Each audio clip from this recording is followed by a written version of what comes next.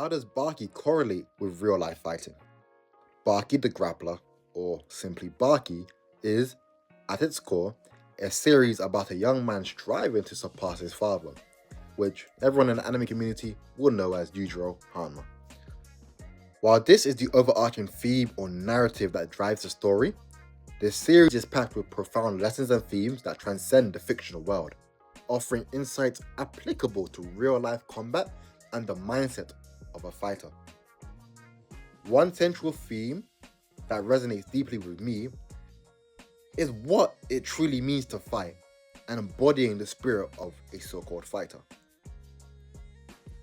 As a martial artist who trains in fighting techniques and combat sports in both in and out of the ring purposes, I found that Baki conveys the essence of fighting remarkably well.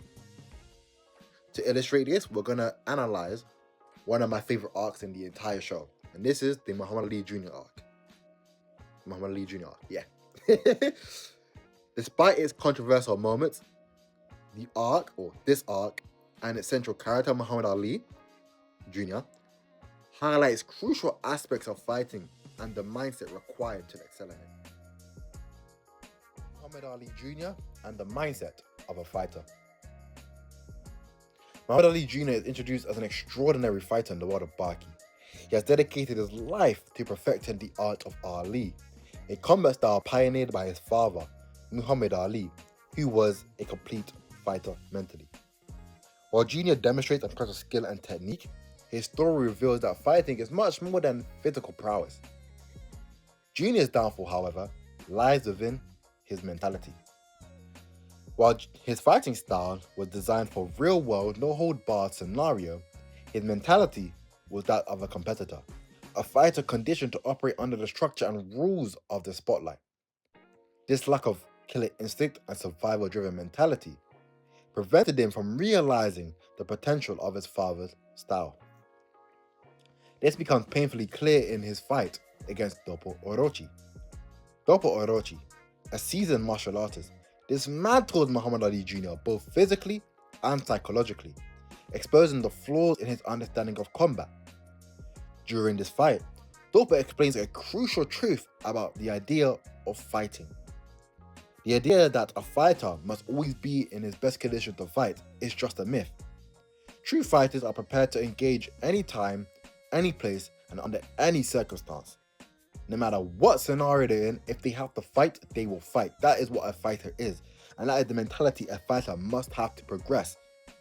This mentality separates warriors from mere practitioners. This mentality is what separated Dopo from Muhammad Ali Jr. Fighting without rules, the brutality of real combat. One of the most significant lessons from Baki is the distinction between competitive fighting and life or death combat.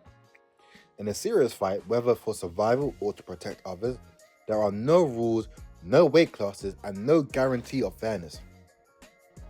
It is a primal contest where anything goes, and the stakes are often life and death, or until someone just knocks you out, really.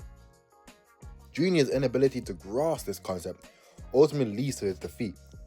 Despite his skills, he lacks the killer instinct and unyielding resolve that fighters like Baki, Dopo, Shibakawa, Yujiro, and others possess. This harsh reality is further emphasized when Junior's life was nearly taken during one of these encounters, which was the fight against Baki. Only then does he begin to understand the gravity of what it truly means to fight and truly means to be a fighter. The role of mental strength in combat. Baki repeatedly highlights that the mind is just as, if not more, important than the body in combat. A fighter's mental state dictates their actions, their resilience, and their ability to endure. Muhammad Ali Jr. may have been physically prepared, but mentally, he was overwhelmed before his final confrontation even began. The pressure of facing someone as dominant as Baki shattered his confidence, leaving him vulnerable before a single punch was even thrown. This ties into a broader truth about fighting. Physical training can only take you so far. Without the mental fortitude to back it up, even the most skilled martial artist can falter against an opponent who is both mentally and physically prepared. The core lesson of Baki. So what does Baki ultimately teach about fighting? He teaches that fighting is not confined to a ring or dictated by rules. It can happen anywhere, anytime, and under any circumstance. True fighters are those who can adapt, endure, and overcome, regardless of the situation.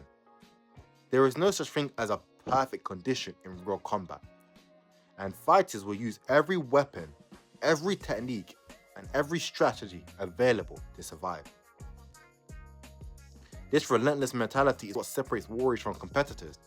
It's what separated Muhammad Ali Jr. from the likes of Jack, Dopo, Shibakawa, Oliver, Baki, Yudro, even his own father. Muhammad Ali Jr. may have been able to defeat street fighters and low-tier opponents, but when faced with a truly dangerous opponent with immense skill and killer instincts to match, he simply stood no chance. My final thoughts. Baki captures the essence of combat with unflinching realism. That's vocabulary right there. Showcasing that a fight is as much about mental toughness as it is about skill and strength. It reminds us that the mindset of a fighter is the most dangerous weapon of all, and that every single one of us must cultivate it to a certain extent. But anyway, what are your thoughts about this breakdown? Do you guys agree with the lessons I picked up from Baki, especially Muhammad Ali Jr. arc? If you like the video, please like and subscribe. Please comment down below your thoughts on it as well. I'd like to see what you man think about that as well. Please subscribe if you're like into anime or martial arts or more gaming as well, because I'll definitely be posting that. And I'll catch you guys in a bit. Peace.